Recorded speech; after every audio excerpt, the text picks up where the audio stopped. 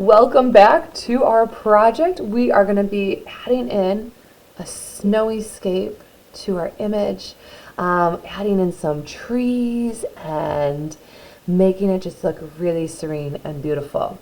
I just want to show you some of the options of what it might look like once it's done. You can see lots of different instructions here, and you can kind of pick and choose whatever you think is going to work best for your trees.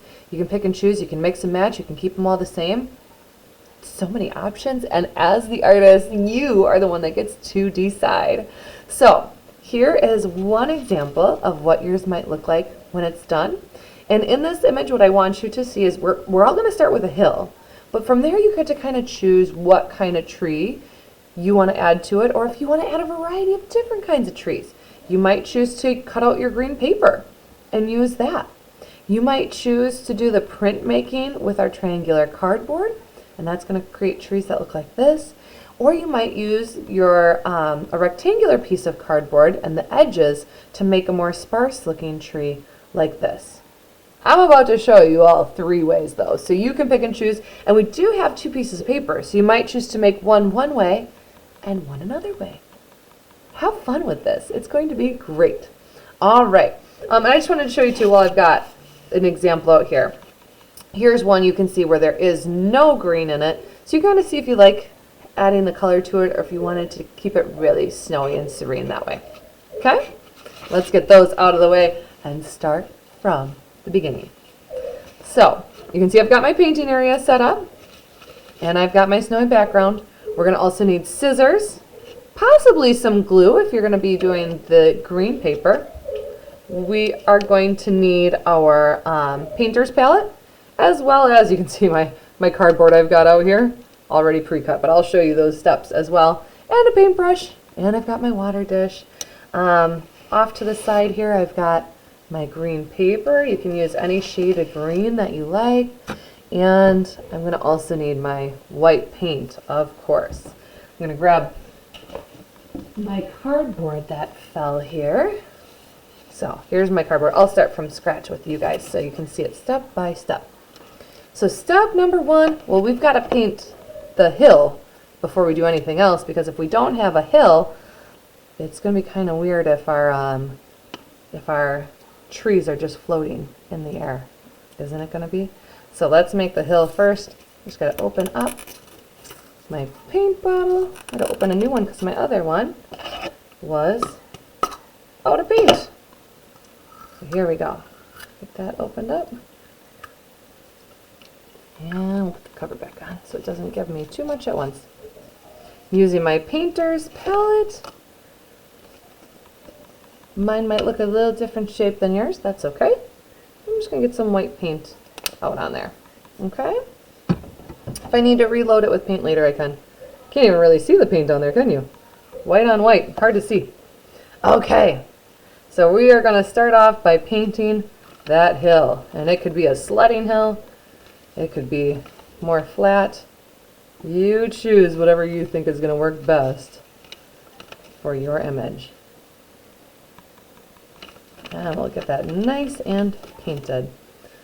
If you can still see the snowflakes through, and you can on mine, right? You can still see those snowflakes through. I can let the base dry a little bit, and I can always go over with another layer later.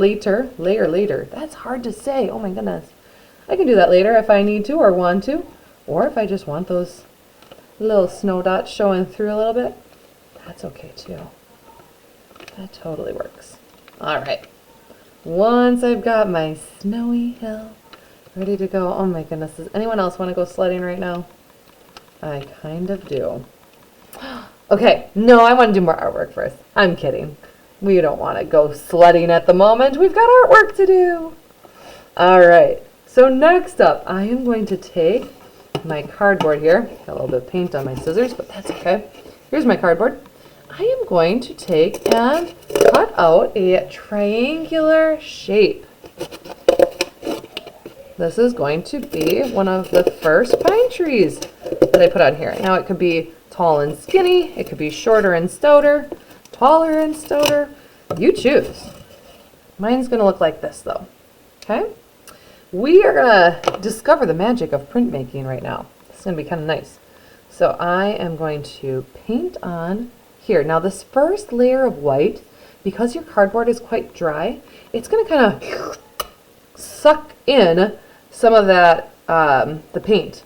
So you'll notice at first, like you're painting it, I don't know if you can tell really well on the camera, but I can see the brown of the cardboard showing through a bit because it's kind of soaking up the paint.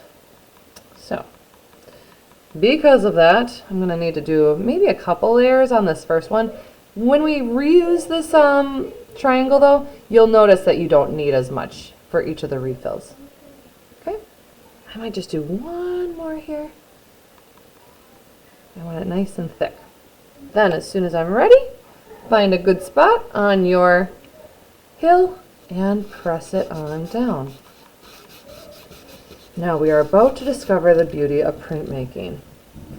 If I want to, if I don't think that that's quite dark enough, I can go ahead and reload. And the cool thing is I don't need to cut another triangle. I mean, I can if I want different shapes, but if I like this shape, I can just keep reusing it. So like, let's say if I want to make that a little darker, just go over the top again, line it up as best I can. And now it's a little bit more opaque, right? I can see it a little bit better. Now this time I might not need to load up quite as much paint because some of it's already soaked into the cardboard. But instead of cutting out new trees every single time, I can just reuse the same one. And that is the beauty of printmaking. The ability to reuse it, right? There we go. So that's one kind of tree. If you like that, go ahead and try that method. We're going to do some mixing and matching on this one though. So the next tree I'm going to show you is also going to be printmaking, but this time it's going to be more of what we call a sparse look, meaning that it's like kind of more open in the middle. So I'm going to cut a piece of cardboard that's about 1 inch this way and about 3 inches tall. If you need an at-home mentor to help you with that, just so you know you've got kind of the right size, not that it has to be exactly that, but you know, you want it around there. It's going to help make it make more sense once we get to our piece of paper. Okay, now for this one, we really want to saturate the paint along the long edge here. So we really want quite a bit of paint here. There we go.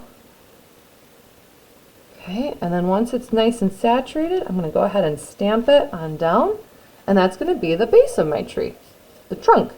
Now for the stems, I'm going to be using the skinnier edge. So see how I flipped it from the long edge to the skinny edge? That 1 inch edge. And now this is where I can make those sparse branches coming out of that tall, skinny trunk. So that's how we create a sparse looking Christmas tree. Just do that on both sides. Let's see, got a little bit more, and it'll look something kind of like that. Of course, you can always add more too if you need to. I feel like it's not showing up as good on camera as it looks down here, but can you see it a little bit better when I block some of that glare? Hopefully. Okay, last but not least, we're going to be doing our triangles, our green triangles. So let me grab my green paper. I had started by cutting it into a smaller strip, just so it's a little more manageable, right? So once again, it's about 3 inches-ish high. Could be shorter, could be taller. And I'm going to just cut out some green triangles here. And don't forget, the upside down part also works. Whoop. So whenever you cut one way, you can kind of cut in reverse the other way. You can make some a little bit shorter if you wanted to as well. Just kind of like that. So decide where you want those to go if you want this kind on there. And of course we would want to glue them down. So make sure that you're getting all the way to those edges when you glue it down. Like so. And if you want to, you may also choose to add either like a crayon or oil pastel or your paint, and you might choose to kind of go over it and make it look like snow has fallen onto that pine tree. And you can do that to Oops, I haven't glued those down yet. Well, I better get to that. All right, I hope you have so much fun decorating yours. Once it's completely dry, feel free to add in other stuff too, right? Add in somebody sledding or some ornaments or stars in the sky. Have fun with it, make it look beautiful, and don't forget to add it to the Hall of Frame. We'll see you next time.